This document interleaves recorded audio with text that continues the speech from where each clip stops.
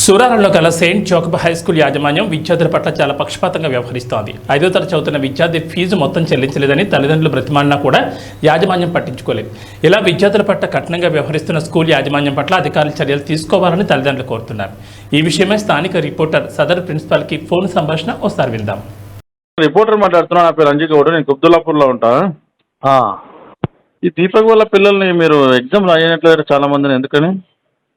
Exam fee school fee కట్టట్లేదు వీళ్ళు. ఎంత కట్టాలి ఫీజు?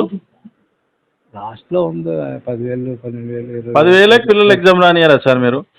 ఎగ్జామ్ అయిపోతే ఇప్పుడు ఫీజు కట్టకపోతే ఎలా రాపిస్తాం? మేము జీతాలు ఇవ్వాలి కదా. జీతాలు అయితే పిల్లల భవిష్యత్తు ఖరాబ్ చేస్తారా ఎగ్జామ్ రాయకుండా?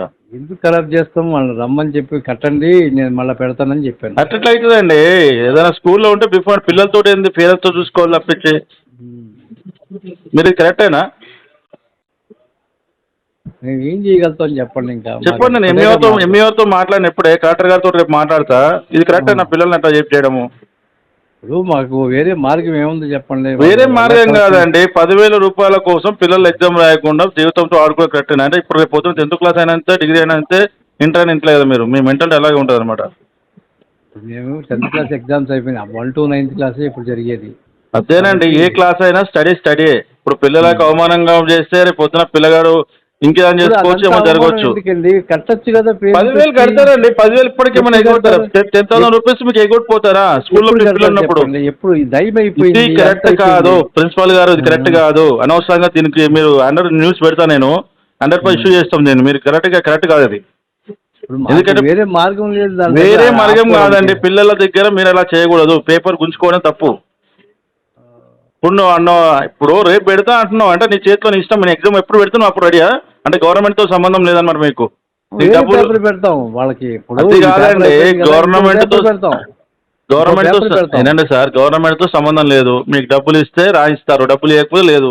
ఇప్పుడు 15 రోజులు డబ్బులు ఇస్తే 15 రోజులకు మీరు ఎగ్జామ్ పెడతా అంటారు, అంతే కదా? డెఫినెట్ గా మేము ఎగ్జామ్ పెట్టి. సరే అండి. ఎంఈఓ గారు వీళ్ళందరూ వస్తారు. ఇదే మాట మీరు చెప్పండి. మేము 10 మంది రిపోర్టర్లు వస్తాము, ఇట్లాగే ఉంటుంది మా స్కూల్ అని చెప్పండి. మాకున్న మార్గం అదేనండి. నేను ఏమంటున్నాను సార్, ఇప్పుడు వాళ్ళందరినీ తీసుకొని వస్తా, మీరు అదే చెప్పండి. ఒకసారి అయితే మీ స్కూల్ గురించి తెలవాలి పబ్లిక్. నెక్స్ట్ ఇయర్ మీరు ఎంతమంది జాయిన్ అవుతారో తెలుస్తుంది. ఇప్పుడు ఫీజు కట్టకుండా మేము ఏది చేయలేం కదా. మాకు పని మాది. మేము ఫీజు కడతారు సార్, రేపు కడతారు ఫీజు. కానీ ఇది రాపియకపోవడం కరెక్ట్ కాదు కదా. మీరు ఇంకా ఇంత పెద్ద మనిషి ఉన్నారు, ఒక ప్రిన్సిపాల్ అంటున్నారు, మీరు అది కరెక్టేనా? పిల్లల దగ్గర చూపించేది ఎప్పుడు ఎవరైనా గుర్తు పెట్టుకోండి. దాదాపు 10,000 రూపాయలు పెద్ద అమౌంట్ కాదండి, నథింగ్ అమౌంట్. దాని గురించి ఎవరు ఇట్లా ఇలాంటి అమౌంట్ కాదు. కానీ మాకు చిన్న పైసా అప్పుడు జీతాలు ఇవ్వాలంటే ఏ జీతాలు ఇస్తారు? లక్షల ఫీజులు గుంజుకుంటే జీతాల గురించి మాట్లాడుతున్నాం. ఎక్కడ లక్షల జీతాలు మాకు? ఒక ఫీజు దగ్గర మీరు ఎంత 40,000-50,000 తీసుకుంటున్నారు. ఎందుకు 50,000 ఎక్కడ ఉంది? మీరు వచ్చి చూసుకోండి. 50,000 10వ క్లాస్కి 30,000 లేదు.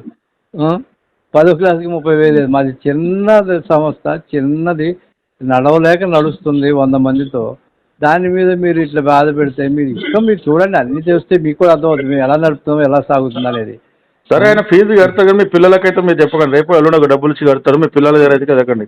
ఇంకోసారి పిల్లల్ని ఏమంటాం? మేము ఏమన్నా ఉన్నాం ఎగ్జామ్ రాయను అదని నేను చెప్పకండి. మీకు ఫీజు అయితే కడతాడు, రేపు వెళ్ళినా కడతాడు. కానీ కరెక్ట్ కాదు అది. ఏదో మీరు పెద్దవాళ్ళని గౌరవించి మాట్లాడుతుంది తప్పించి కరెక్ట్ కాదు.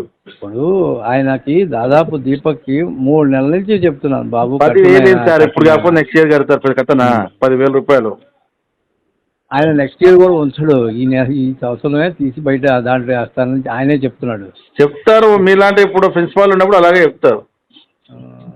ఇంతకు ముందు కూడా అట్లా ఆయన కట్టలేదు. సంవత్సరం క్యారీ ఫార్వర్డ్ అయింది. అదే 10,000 నెక్స్ట్ 10,000 కడతాడు, రేపు ఎల్లుండో కడతాడు. డెఫినెట్ గా పెట్టేస్తాను నేను, నో ప్రాబ్లం. మన పిల్లలకి అయితే ఎగ్జామ్ పెట్టండి రేపు. మీరు పెట్టలేదంటే యాక్షన్ సీరియస్ గా ఉంటుంది, మీ ఇష్టం. ఇప్పుడు మాది కూడా మీరు ఆలోచించండి. మీరు అదే చెప్తున్నా, మీకు డబ్బులు ఇవ్వడం అని చెప్పట్లేదు. అందుకే డబ్బులు రేపు కానీ ఎల్లుండి కానీ ఇస్తారు అని చెప్తున్నా. డబ్బులు మీకు అర్థమైందా సార్? వస్తానన్నారు. మీరు వచ్చి చూడండి నా ప్రాబ్లము, నాకున్న స్ట్రెంత్, నాకున్న జీతాలు, ఓవర్ హెడ్స్ ఇవన్నీ చూసి మీరు మాట్లాడండి. డబ్బులు నేను ఏమంటున్నాను, రేపు లేదా ఎల్లుండి మీకు ఇస్తాడు. మీరు చేసే పనులు అయితే మీరు చెయ్యండి అని చెప్తున్నాను, కాదనట్లేదు. ఓకేనా? సరే.